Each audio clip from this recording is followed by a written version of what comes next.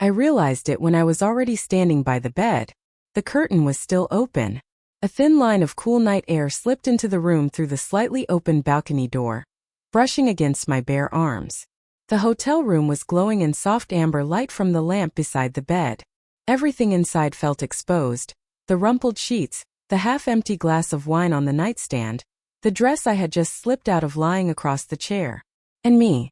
For a moment I simply stood there, staring at the wide glass door. Then I saw him. Not clearly at first. Just a shape in the darkness on the neighboring balcony. A man. Still. Silent. Watching. My breath stopped somewhere between my lungs and my throat. I didn't move.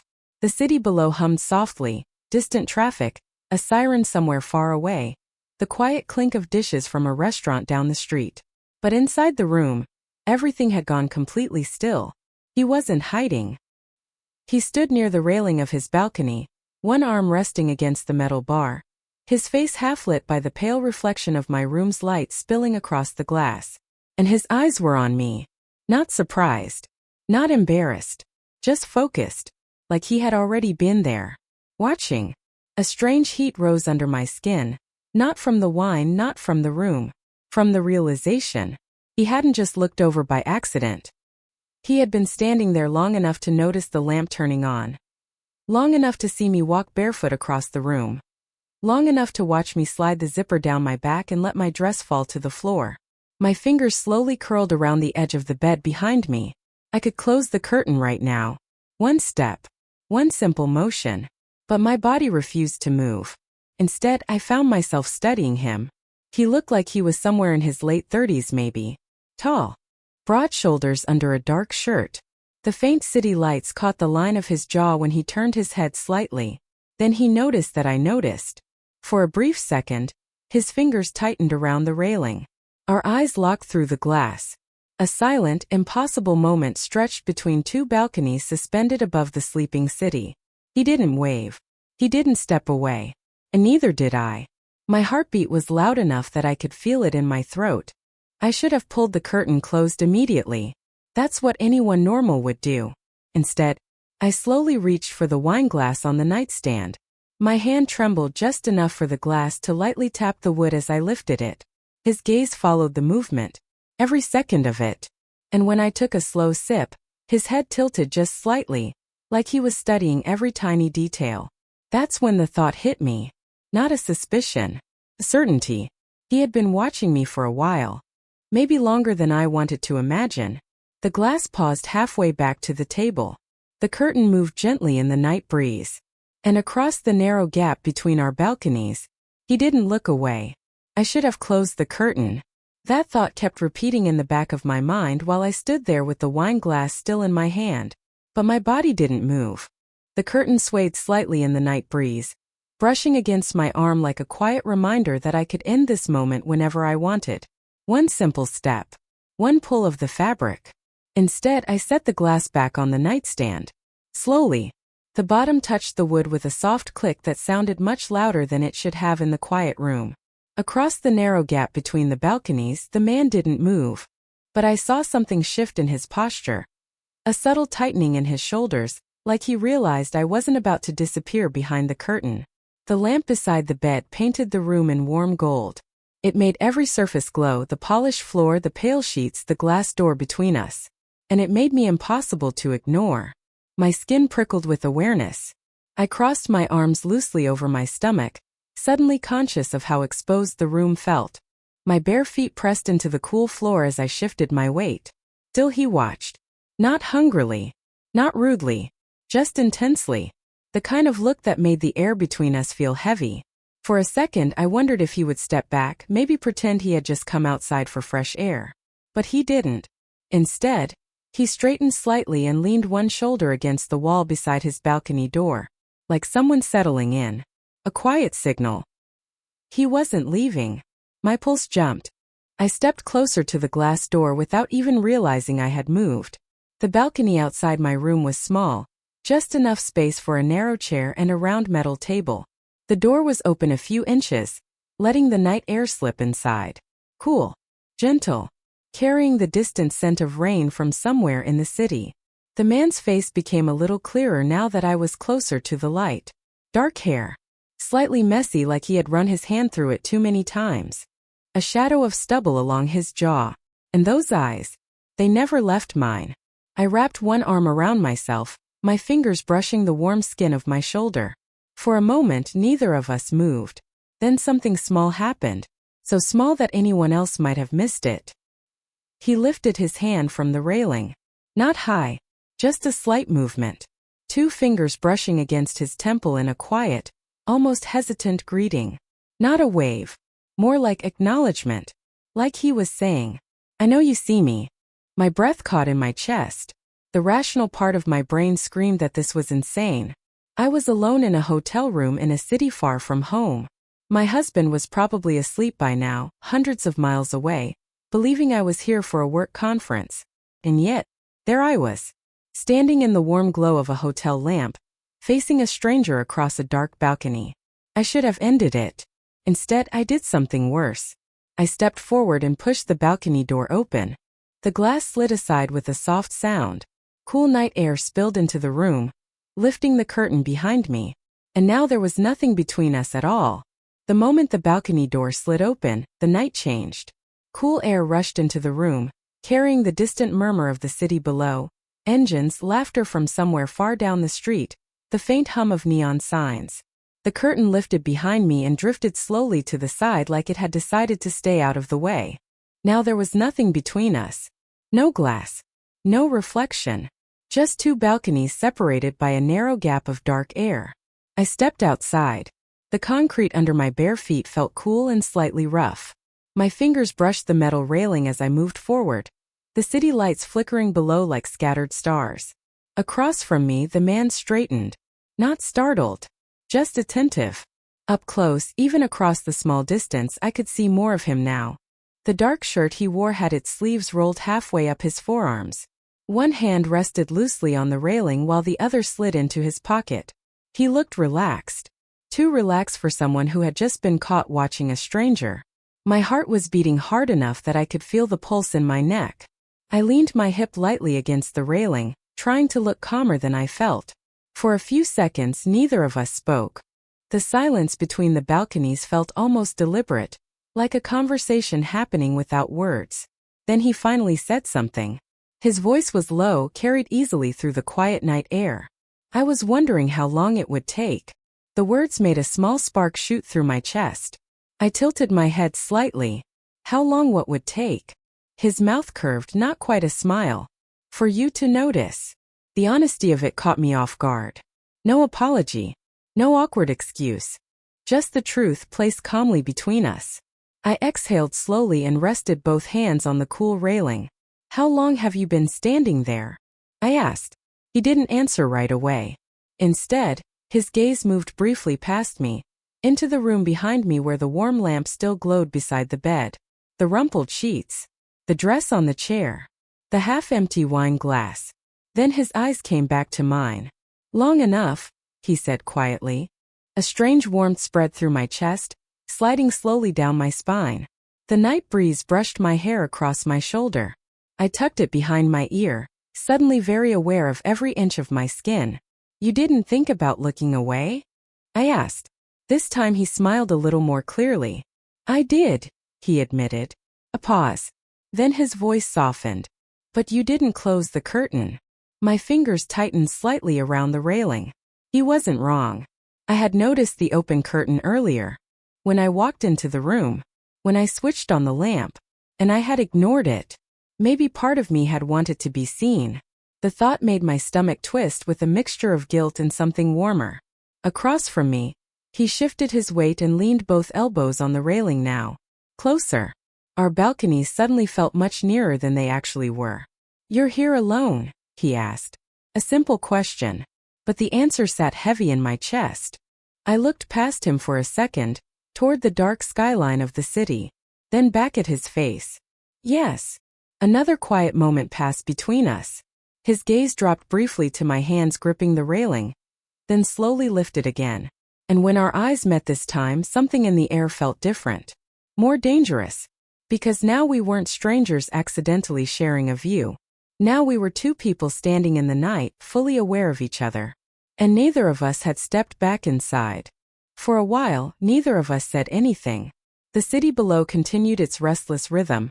Headlights sliding through intersections, a distant motorcycle accelerating somewhere far away. The low murmur of voices drifting up from the street.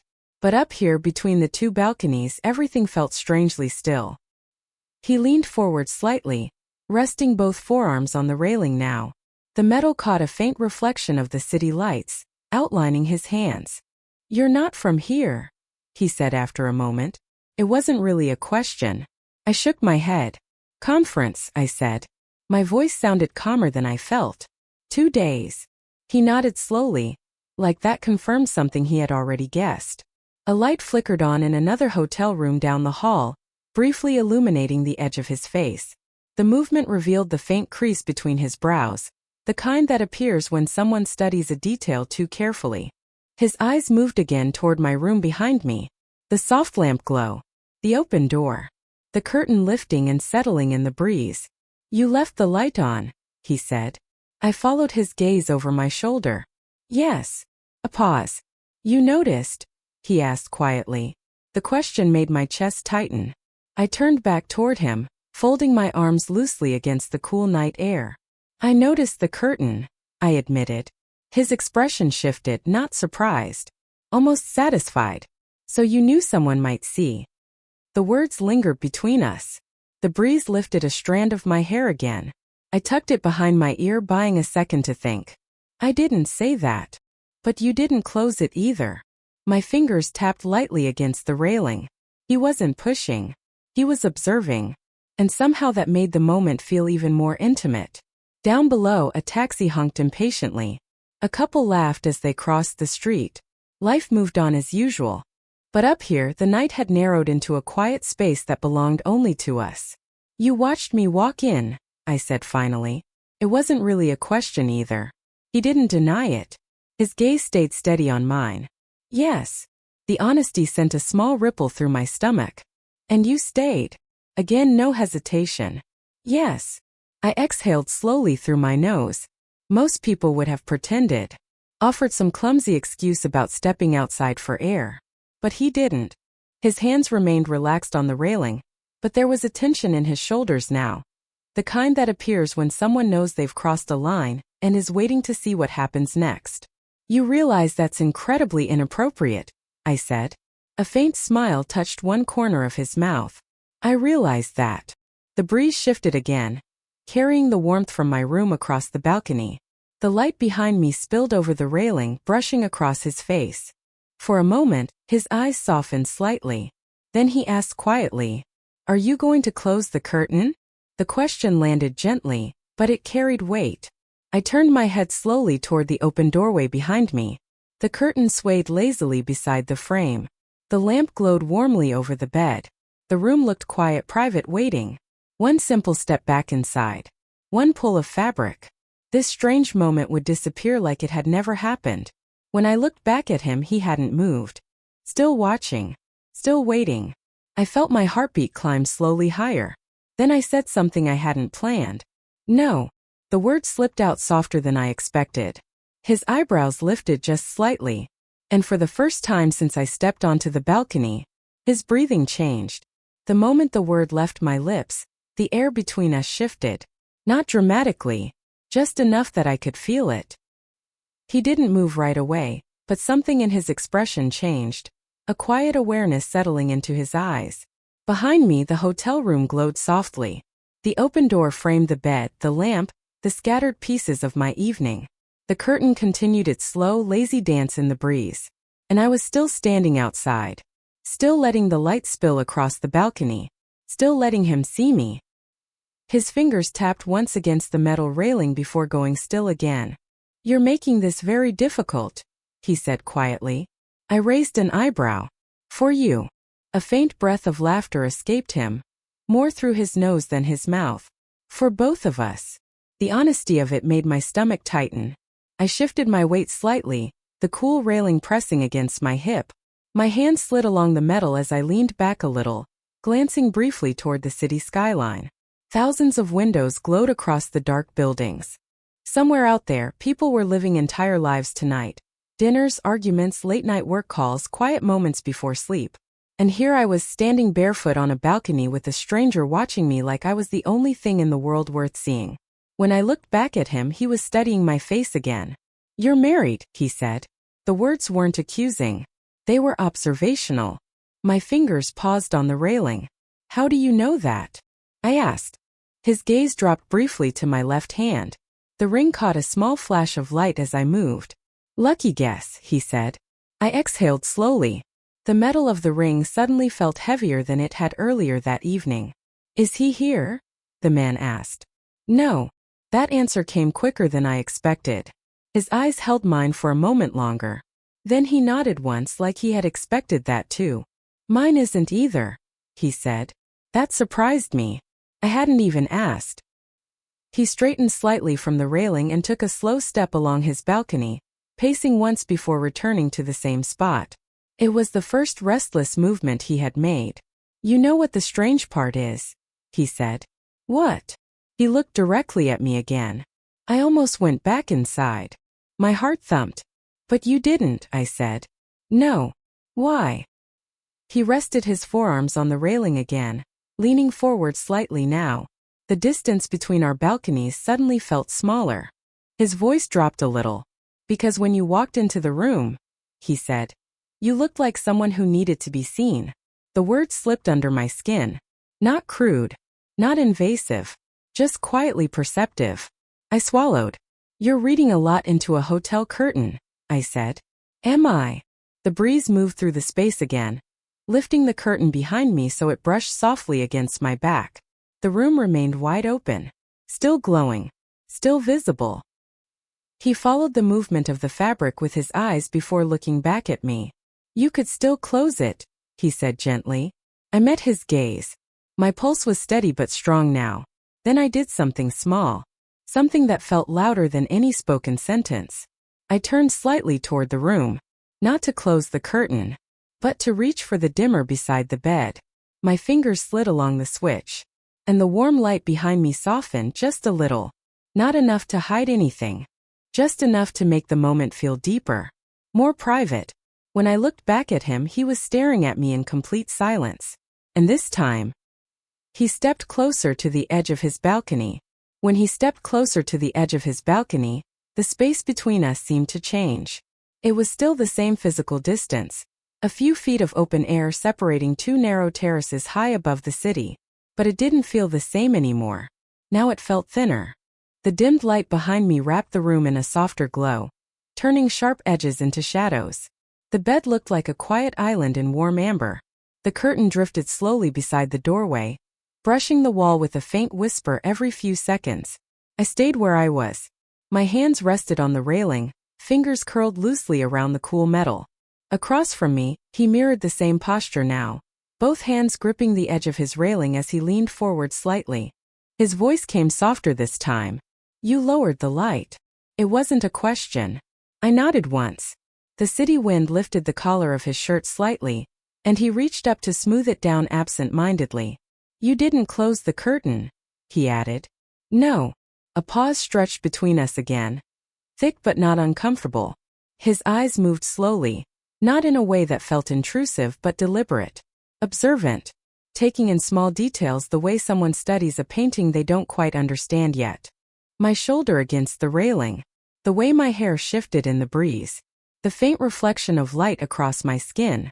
When his gaze returned to my eyes, something unspoken passed between us. "Do you always do this?" he asked. "Do what?" "Leave windows open for strangers." A faint smile tugged at my mouth before I could stop it. "No," I said quietly. "Do you always watch?" He thought about that. Actually thought. Then he shook his head slightly. "No." Another silence followed, but this one felt heavier. Because now we both understood something. This wasn't a habit. This was tonight. Just tonight. I shifted my stance and leaned a little more comfortably against the railing. The metal pressed lightly against the back of my arms. "Are you here for work too?" I asked. "Yeah." "What kind?" "Architecture." That fit somehow. The way he observed things. The patience in his gaze. "You?" he asked. Marketing. He nodded once. The curtain behind me lifted again, this time higher, letting more of the room show for a moment before settling back down. His eyes flicked there instinctively, then returned to me. "Do you realize," he said slowly, "that anyone in this building could look over and see exactly what's happening right now?" The comment sent a quiet shiver through me. "What's happening right now?" I asked. He held my gaze. "You standing there," he said softly, "knowing someone is watching." The words lingered. My pulse quickened, not with fear but something far more complicated. I glanced briefly at the curtain again. Still open, still swaying, still offering an easy escape. But when I looked back at him, he hadn't moved. And neither had I. The night air brushed across my skin, cool and electric. Then he said something so quietly I almost missed it. "You could step inside." The suggestion hung between us. An invitation. Or maybe a warning. I looked over my shoulder into the dim room, then back at him. And slowly, I stepped backward through the balcony door. But I didn't close it. When I stepped back into the room, the air felt warmer immediately. The soft lamp glow wrapped around the space like a quiet secret, turning the balcony doorway into a frame. Outside, the night remained cool and dark. Inside, everything felt slower, heavier. But the door stayed open. And he stayed exactly where he was. From where I stood now, just a few steps inside, I could still see him clearly through the doorway. His silhouette leaned against the balcony railing, the city lights faint behind him, watching. The floor beneath my feet was smooth and slightly warm from the room's heat. I walked slowly toward the bed, my movements unhurried, aware of every step. The mattress dipped slightly when I sat down. Across the gap between the balconies, his posture changed just enough to follow the shift.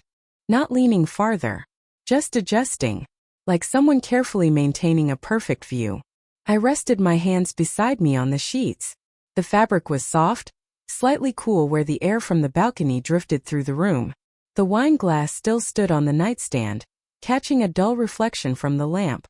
For a moment, neither of us spoke. But the silence had changed again. Now the space between us wasn't just two balconies. It was the open doorway, the light, the bed. "You went inside," he said quietly. His voice carried easily across the few feet of night air. "Yes. But you left the door open." I leaned back slightly, supporting myself with my hands against the mattress. "Yes." He studied me for a moment, longer than before. Then he pushed himself gently away from the railing and stood fully upright. That small movement made my chest tighten. "You're aware," he said slowly, "that this is the moment where most people would end the situation." I tilted my head slightly. "Are you hoping I will?" He didn't answer immediately. Instead, he stepped closer to the edge of his balcony again. The faint glow from my room touched his face just enough for me to see his expression clearly now. Focused, careful, and something else. "No," he said finally. My heartbeat pressed harder against my ribs. The curtain behind me shifted again in the breeze, brushing softly against the wall beside the bed. I turned my head briefly toward it. Still open. Still moving. When I looked back, his gaze had softened slightly, but it hadn't weakened. "You said you're here for 2 days," he said. "Yes. And tonight is the first one." I nodded. He exhaled slowly, running a hand through his hair before resting it back on the railing. "You know what the strange part is," he said. "What?" His eyes locked onto mine again. "Neither of us has asked the other to stop." The words landed quietly but firmly. And he was right. No one had stepped away. No one had closed the curtain. No one had turned off the light. I shifted slightly on the bed, the sheet folding softly under my fingers. Then I said something I hadn't planned to say. "You're still watching." His answer came without hesitation. "Yes." The room fell quiet again. And in that quiet, something changed inside me. Because I realized something unsettling. I hadn't left the balcony to escape his gaze. I had stepped inside, so he could see more. And I still hadn't reached for the curtain. For a long moment after that realization, neither of us moved. The room was quiet except for the soft movement of the curtain, and the distant city noise drifting through the open balcony door. Somewhere far below, a car passed, its headlights briefly sliding across the ceiling before disappearing again. I sat on the edge of the bed, my hands resting on the sheets beside me. Across the dark space between our balconies he was still there. Still leaning slightly forward. Still watching. But the feeling between us had changed again. At the beginning of the night, it had been surprise. Then curiosity. Then something dangerously close to temptation. Now it was awareness. Clear. Mutual. Impossible to pretend otherwise. "You're not uncomfortable," he said quietly. It wasn't a question. I shook my head slowly. No. The honesty in my voice surprised even me. He studied my face, searching for something. Hesitation, maybe, or regret. But there was none. Just the steady rise and fall of my breath. "You know what this looks like from my side," he said. "What?" His fingers tapped lightly against the railing. "Like you're inviting me." A quiet heat spread through my chest at the words. I glanced briefly toward the open balcony door. Toward the curtain. Toward the warm light spilling across the floor. Then I looked back at him. "I never said that," I replied. His mouth curved faintly. "You didn't have to." The air between us grew very still again. I could feel the weight of the ring on my finger when I shifted my hand on the sheet. Hundreds of miles away, my husband probably believed I was asleep already. Instead, I was sitting in the glow of a hotel lamp, sharing a silent moment with a stranger who knew exactly what I was allowing to happen. "You could come inside," I said suddenly. The words left my mouth so softly they almost surprised me. But I wasn't sure if I meant this room. Or just the idea of it. He didn't move. Didn't climb the railing. Didn't cross the impossible gap between the balconies. Instead, he held my gaze for several long seconds. Then he slowly shook his head. "No," he said quietly. Something inside me tightened. A mix of relief and disappointment. "Why not?" I asked. His eyes flicked once toward the curtain, then back to me.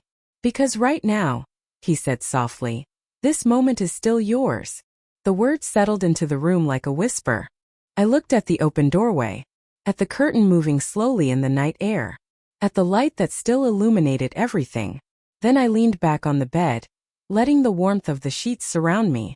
And across the narrow space between our balconies, he stayed exactly where he was, watching. And I never closed the curtain, because sometimes the most dangerous thing you can do is simply allow yourself to be seen.